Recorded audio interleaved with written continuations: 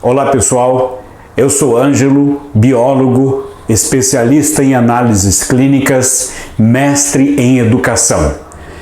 Eu quero falar hoje com você a respeito de produtividade, sobre a capacidade que você tem de realizar um projeto, desde a sua idealização até a sua conclusão, e de como é possível você fazer isso sem parar, sem desistir, sem desmotivar.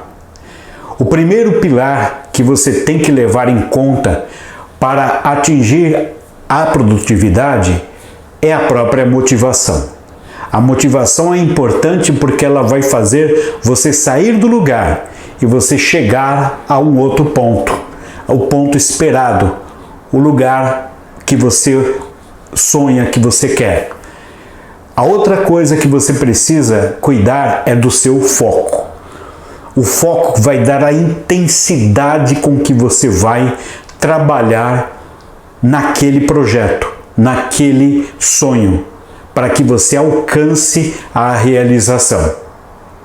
Além do foco, você precisa de organização. A organização vai fazer com que você cumpra as etapas daquele projeto para que você consiga finalizá-lo. Você precisa de um tempo para se organizar e você precisa seguir aquele roteiro de organização. E um quarto e importante fator para você melhorar a sua produtividade é a sua nutrição. Por incrível que pareça, existem nutrientes que são fundamentais para que você melhore a sua produtividade. São alimentos que vão fazer com que você tenha mais concentração, mais foco, mais atenção e que você evite o transtorno fisiológico do sono, da preguiça, da procrastinação. Então é sobre isso que eu quero falar com você. Em primeiro lugar, a motivação, ela já existe em você, ela já está presente no seu ideal. O que você precisa talvez é algo que te faça sair do lugar e vá em direção àquela coisa que você tanto quer. Então, para você ser produtivo e entregar um resultado, você tem que ter a motivação. A motivação, ela está aqui. Ela vai saber exatamente como agir. Você vai ter a condição de saber quando e como agir. A motivação, ela faz você sair do lugar. Basicamente, ela é alimentada pela perspectiva daquilo que você vai conquistar ao realizar aquele projeto. Então a motivação é fundamental para que você dê o primeiro passo e alcance o seu objetivo. Só que durante esse trabalho, muitas vezes você vai ser atrapalhado por outros fatores que vão fazer você distrair-se, olhar para o lado, desistir por alguns momentos ou até mesmo abandonar aquele projeto. E aí você precisa de uma outra composição importante desses 4 itens, o foco. Você precisa estar focado naquele momento. Você precisa organizar a sua área de trabalho. Você precisa fazer uma disposição de materiais dentro do lugar onde você trabalha, para que você não tenha que levantar, sair do lugar ou procurar algo que você não tenha à mão. Você tem que pensar em tudo que você vai precisar para que tudo esteja à mão. Imagina você, um pedreiro que está construindo sozinho, um telhado, e ele vai subir numa escada ou num andaime. E quando ele chega lá em cima, ele percebe que esqueceu uma ferramenta. Ele tem que voltar. Então isso não vale a pena. Ele tem que pensar em tudo, levar todos os materiais para cima, porque assim ele não tira o foco do trabalho que ele está fazendo. O mesmo você tem que fazer. Você tem que reunir todos os elementos possíveis para que você tenha o máximo de produtividade naquele tempo que você dedicar à construção daquele projeto. Ou seja, você não pode parar e distrair-se por alguma coisa. Por exemplo, um celular ou uma televisão ligada, ou alguém falando com você, alguma coisa tirando você da atenção. Mas para isso, você tem que ter organização. O terceiro fator, a organização do espaço, a organização daquele momento. Então você tem que ter entre um dos fatores organizacionais o tempo. O tempo que você vai se dedicar.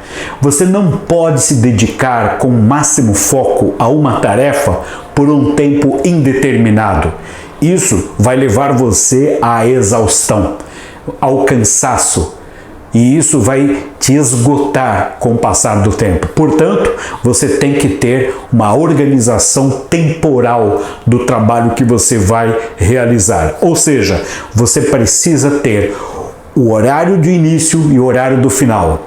Mesmo que você tenha muita coisa para fazer, divida muita coisa em períodos em que você possa parar onde estiver e se desligar um pouco, para que a sua mente consiga relaxar e consiga se desconectar um pouco daquele foco e consiga, enfim, se distrair um pouco.